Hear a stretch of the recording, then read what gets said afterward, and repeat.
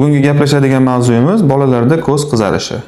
Bolalarimizning ko'zi qizarganda birinchi xayolga keladigan narsa tabiiyki bu allergiya va shamollash. Va o'z navbatida aptekaga borib, dori sotib olib, ko'z tomchilari va davolashni boshlaymiz. Shunisi muhimki, ko'z qizarishi bu tashxis emas, bu simptom.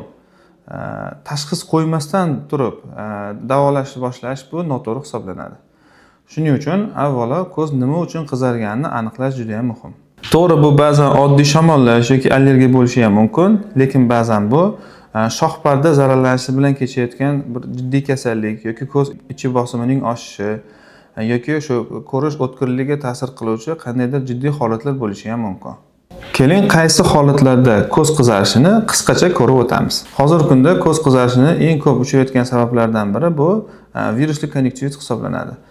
Virusli konjektivitda bolalarda ikkala ko'zlarda ham qizarish, ko'z yosh oqishi, ko'zda achishish avval bitta ko'zda boshlanib, keyin tezda ikkinchi ko'zga o'tish kuzatiladi.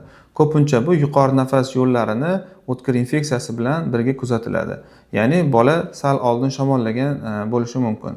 Yoki bo'lmasa bu ko'zdagi simptom shamollashni, ya'ni organizmdagi umumiy virusli infeksiyani debyut simptomi bo'lishi ham mumkin. Ko'z qizarishining yana bir sababi bu bakterial konjektivit hisoblanadi.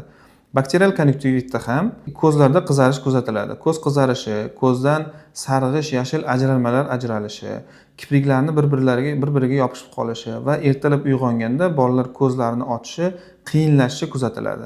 Yana bir ko'z qizarishining sabablaridan biri bu allergik konjektivit hisoblanadi. Ko'z qizaradi va ko'zda kuchli qichishish bo'ladi. Ko'z yosh oqishi va ko'pincha bolalarda ikkala ko'zlarida ham baravar kuzatiladi. Ko'pincha allergik konjektivitlar burun bitishi, boshqa allergik holatlar bilan birga kelishi ham mumkin. Yoki allergik konjektivitlar mavsumiy bo'lishi ham mumkin. Issiq kunlarda yoki changli kunlarda ko'p kuzatilishi mumkin. Allergik konjektivitda bolalar ko'zlarini juda ko'p ishqalashadi. Bunda ehtiyot bo'lish kerak.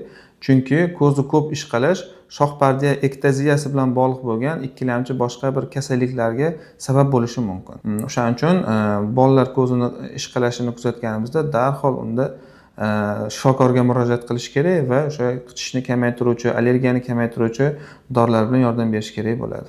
Ko'z qizarishining yana bir jiddiy sabablaridan biri bu keratit, ya'ni shoh pardani yallig'lanish kasalligi bo'lishi mumkin. Bu jiddiy kasallik hisoblanadi. Keratitda bir muncha klinika juda yorqinroq bo'ladi. Ya'ni ko'z juda ham qizarib ketadi, yorug'likdan qo'rqish bo'ladi, svetobayazin deymiz, ko'z yosh oqishi va blefarospazm bo'ladi. Bunda bola ko'pincha ko'zini qattiq yumib oladi, ko'zini ochishga juda ham qiynaladi.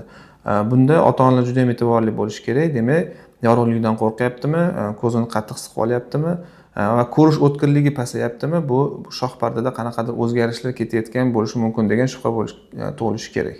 Shoh parda yallig'lanish kasalliklarida erta tashxis qo'yib, davolashni qancha erta boshlash juda ham muhim hisoblanadi. Asoratsiz davolashda juda ham muhim hisoblanadi. Ko'z qizarishining yana bir jiddiy sabablaridan biri bu ko'zda yod jismning bo'lishi. Ya'ni ko'zga har xil chang zarralari yoki kiprik tushib qolishi. Bunda bola o'sha yod jism tushgan ko'zini qattiq siqib, qarqasha qiladi, yig'lashi mumkin. Shuni aniqlashimiz mumkin. Ya'ni ko'zda yod jism hissi bo'ladi bolada. Nimadir qadalayotganini, ko'zda nimadir botayotganini bola shikoyat qiladi. Yana bir muhim jihat, hech qachon ota-onalar u yod jismni o'zlari olishga harakat qilmasliklari kerak. Ya'ni ko'zdagi yod jismni faqatgina oftalmolog olishi kerak. Chunki qurollanmagan ko'z bilan, ya'ni mikroskopsiz, har xil kattalashtiruvchi lupalarsiz yod jismni olayotgan paytimizda ko'zni boshqa strukturalariga, boshqa qismlariga jiddiy shikast yetkazishimiz mumkin. Undan tashqari, ko'zni uvid kasalliklarida, ya'ni ko'zi ichki strukturalaridagi shamollash kasalliklarida va ko'z jarohatlarida ham ko'z qizarishlari kuzatiladi. Aksariyat ko'z kasalliklari ko'z qizarishi bilan kechadi. Bunda albatta aniq tashxis qo'ymasdan turib, lecheniya boshlash noto'g'ri hisoblanadi.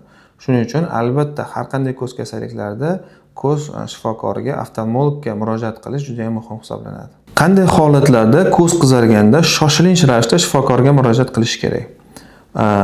Ko'rish o'tkirligi pasayganda, yorug'likdan qo'rqish bo'lganda, undan tashqari ko'zda kuchli og'riq bo'lganda va bu qizarish kontakt linzalar fonida bo'lganda va ko'zdan sarg'ish yashil juda ham ko'p ajralmalar bo'lganda tezda shifokorga murojaat qilish kerak.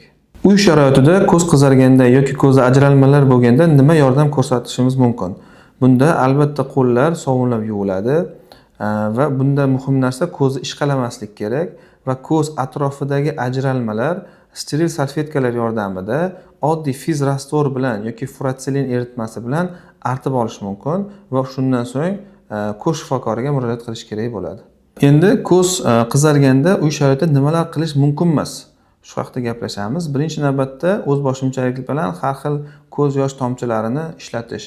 Bu antibiotiklar yoki tarkibida steroid gormon saqlovchi kombinirlangan preparatlar qo'llash, ya'ni deksametazonli kapllar tomizish mumkin emas.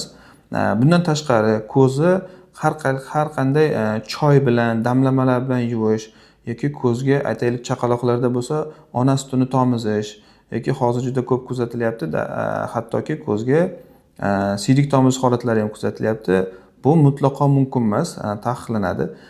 Agar ko'zda qanaqadir yot jism bo'lsa, uni o'zboshimchalik bilan chiqarib olishga harakat qilish albatta mumkin emas. Yoki eski ishlatilgan ko'z tomchilarini ba'zilar tomizib kelishadi. Srog o'tgan, yaroqlilik muddati o'tgan kapllarni tomizib kelishadi. U ham aslo mumkin emas.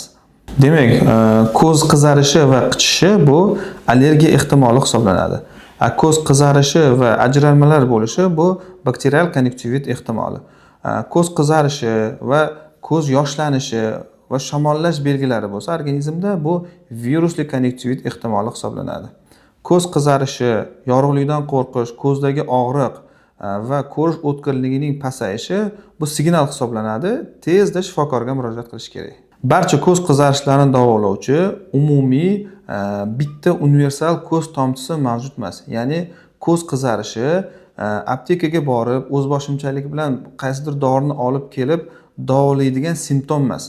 Avvalo ko'z qizarishini tashxislab, aniq sababini aniqlab, keyingina lecheniyani boshlash zarur hisoblanadi. Ko'z kasalliklari haqida qiziqarli ma'lumotlarni o'tkazib yubormaslik uchun albatta YouTube kanalimizga obuna bo'ling. Qanaqadir savollaringiz bo'lsa, izohda qoldiring.